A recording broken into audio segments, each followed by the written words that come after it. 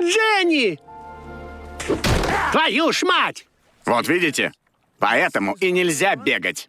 А потом, да, знаю, это еще не конец, я все же купил лодку. Лейтенант Дэн работал со мной. А знаете, кто крайне полезен на лодке, которую мотает туда-сюда? Колясочник. Эй, Форест, я привез обед.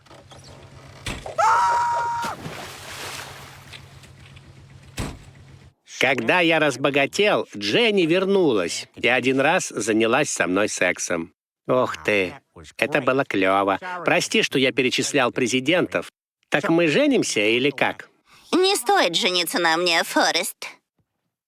Да, ты права. Ну ладно, доброй ночи.